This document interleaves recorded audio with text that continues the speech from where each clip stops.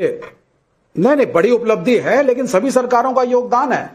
अब देश 2014 में तो आजाद हुआ नहीं, बहुत बड़े रीअपील वाले बनते हैं तो 2014 में आप आ गए थे सत्ता में, 2018-19 4 साल लग गए आपको रीअपील के, क्योंकि सभी सरकारें पीरियोडिकली रीअपील कोर्ट में करती रहती हैं। ये भी बोलिए, आप बराक ओबामा को कोर्ट कर रही हैं। बराक ओबामा भगवान थे, और अगर भगवान थे वो टाइम मैगजीन का एडिटर भी भगवान होगा, जिसने कहा ये चीफ मिनिस्टर जो है ये डिवाइडर इन चीफ है।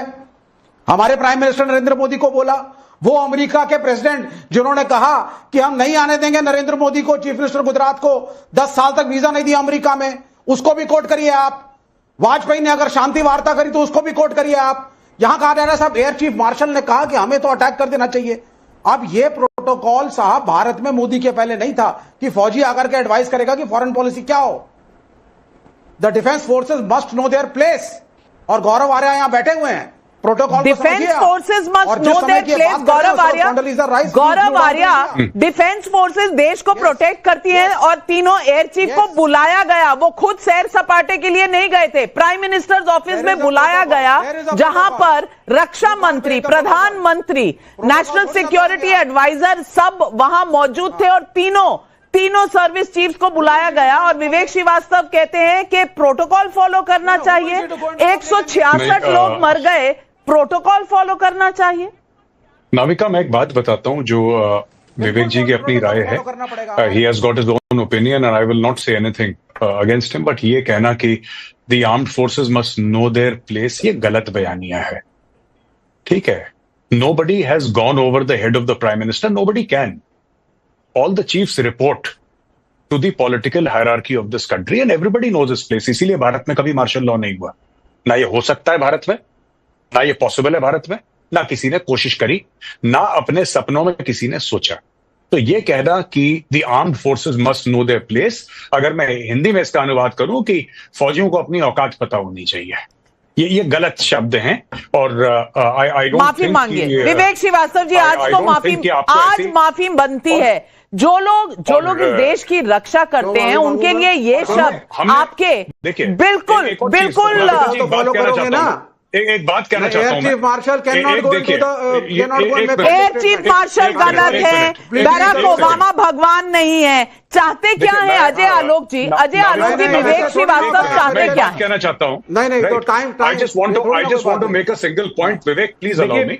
मैं सिर्फ ये कहना चाहता हूं कि जब भी ऐसी इमरजेंसी होती है, चीफ से पूछा जाता है कि क्या रिस्पॉन्स होना चाहिए, उनकी राय ली जाती है।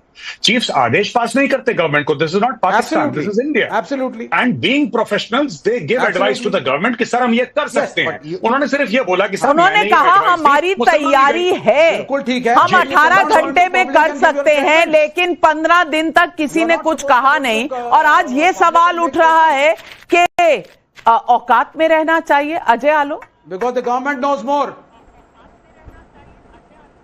देखिए, ये इनकी पुरानी आदत है, और विवेक श्रीवास्तव जैसे इकोसिस्टम के लोग छटपट इसलिए कर रहे हैं कि तैमूर राणा यहां आ गया है। देखिए, ये तो ऑलरेडी सजा काट रहा था ना, जेल में यहां भी रहेगा, उससे मतलब नहीं है इनको। ये इतनी सिक्योरिटी जो लगाई हुई है, 3 रूट चेंज करके ले जाया जा रहा है, तिहाड़ में स्पेशल सेल में रखा जाएगा, full security. Why? He has a threat of life. क्यों? क्योंकि इस इकोसिस्टम से, क्योंकि तैमूर राणा जब उगलेगा तो सिर्फ पाकिस्तान नहीं उगलेगा, अब पाकिस्तान के नेटवर्क नहीं उगलेगा, वो अपने हिंदुस्तान के हैंडलर्स को उगलेगा, हिंदुस्तान के नेटवर्क्स को उगलेगा।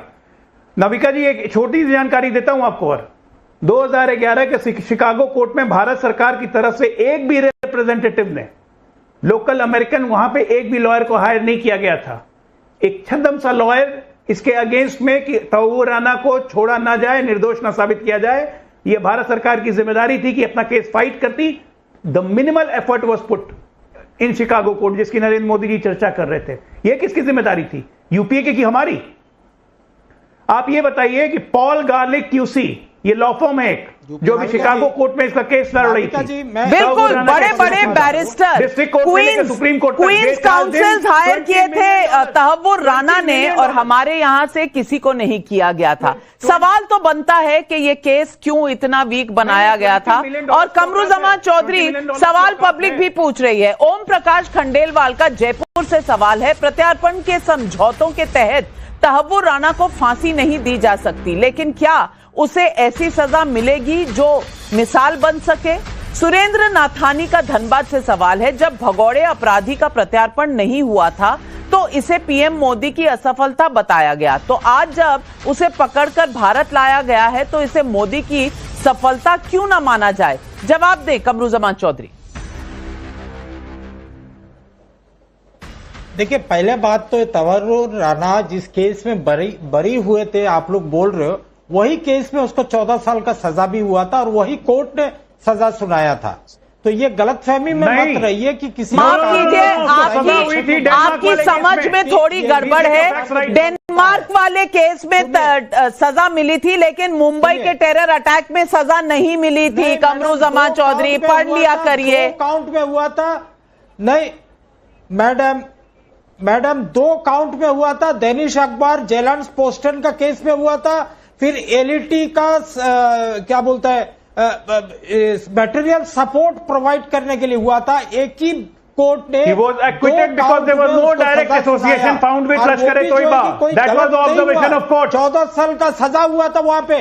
आज इतना साल बाद में नरेंद्र मोदी का झूठ का 5 साल की सेंटेंस सजा थी। मिला यहाँ पे एक प्रोपेगेंडा फैलाते हैं लोग, एक प्रोपेगेंडा फैलाते हैं राष्ट्रीय चैनलों में आकर, ये झूठ पे झूठ, लेकिन ये भूल जाते हैं कि इतिहास और लोगों को भी मालूम है, और लोग भी रिसर्च करके आते हैं चैनलों में। लेकिन ये बात नहीं है नाविका जी। दूसरा बात, आज पुलवामा में 40 फौजियों का शहीद हुआ, आतंकवादी ने किया नरेंद्र मोदी जी का अमल में। आज 500 केजी आरडीएक्स वहां पे कहां से आया, इसका तो जवाब हम में से किसी को मिला नहीं है। क्यों आज ये पुलवामा का केस सुनते इनका मुंह में दही जम जाता है?